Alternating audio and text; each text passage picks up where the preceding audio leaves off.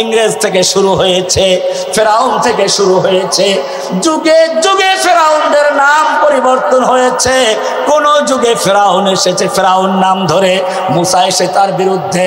কোন যুগে ফেরাউন এসেছে নমরুদের রূপ ধরে, মুসা এসেছে ইব্রাহিমের সূরত ধরে। কোন যুগে ফেরাউন এসেছে আবু জাহেল আবু লাহাবদের সূরত ধরে। সত্য আগমন করেছে মুহাম্মদুর রাসূলুল্লাহর রূপ ধরে। কোন যুগে বাতিল এসেছে তাতারীদের সূরত ধরে। হক এসেছে ইমাম ইবনে তাইমিয়ার সূরত ধরে।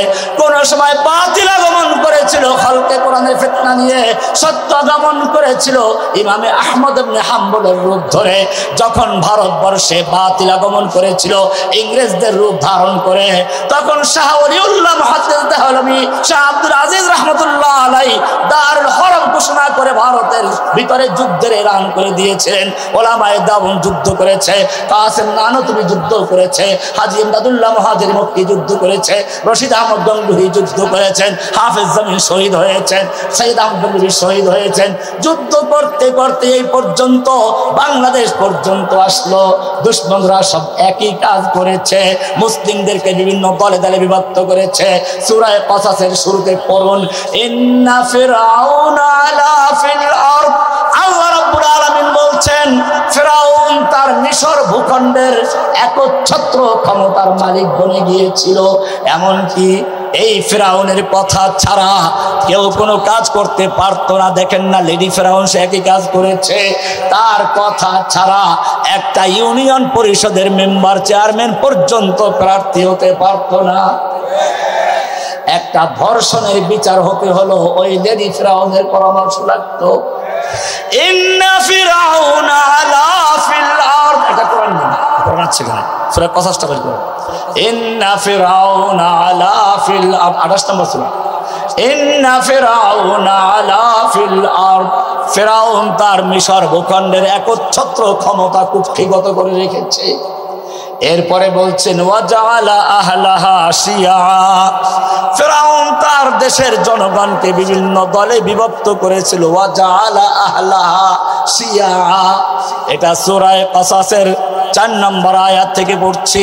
ফিরআউন তার দেশের লোকদেরকে বিভিন্ন দলে বিভক্ত করেছিল।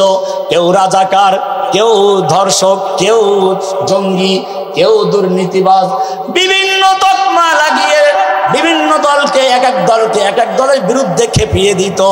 আমি আপনাদেরকে পরিষ্কার বলি, বাংলাদেশে যখন গণজাগরণ মঞ্চের নামে এদেশের ইসলামী আকীদা ধ্বংস করার চক্রান্ত হয়েছিল, এরপরে সাইদি সাহেবকে নিয়ে তুই রাজাকার স্লোগান দিল, তাকে গ্রেফতার করলো। হতে পারে রাজনৈতিক ভাবে তার সাথে অনেকের দ্বিমত আছে, কিন্তু জেনে রাখবেন আমাদের সঙ্গে তাদের যে কারণে দ্বিমত বা ইখতিলাফ রয়েছে, আওয়ামী লীগ তাদেরকে সেই কারণে গ্রেফতার করে নাই।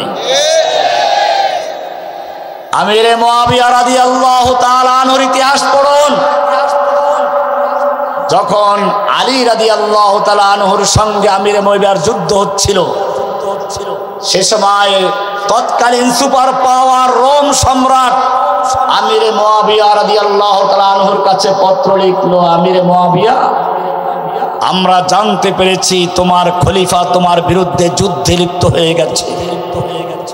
তুমি যদি চাও রোম সম্রাট তার পূর্ণ শক্তি দিয়ে তোমার পক্ষে যুদ্ধ করার জন্য প্রস্তুত, তোমাকে সাহায্য। কি দরদ, তোমার প্রতি ইনসাফ করা হয় নাই, অবিচার করা হচ্ছে, তোমাকে সাহায্য করতে চাই।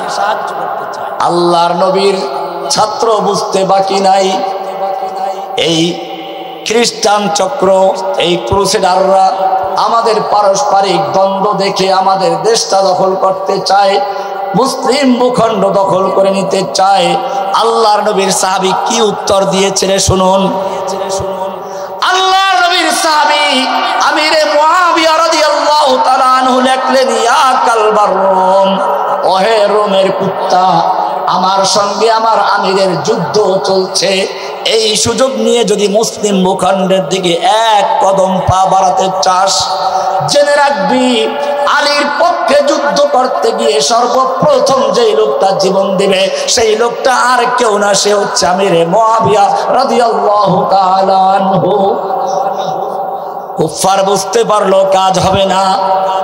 যখন সাইদি সাহেবকে গ্রেফতার করা হয়েছিল তখন যদি দেশের তাওহীদি জনতা ঐক্যবদ্ধভাবে তার পক্ষে দাঁড়াতো তাহলে জেনে রাখুন শেখ হাসিনা বাবারও শক্তি ছিল না সাইদি সাহেবকে গ্রেফতার করা।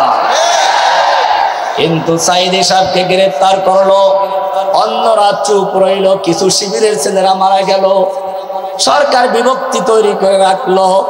এরপরে চিন্তা করলো সাইদিকে যখন হজম করা গেছে এরপরে তো রহমানি কোনো ব্যাপারই না, রহমানিকে গ্রেফতার করলো জঙ্গি তকমা দিয়ে।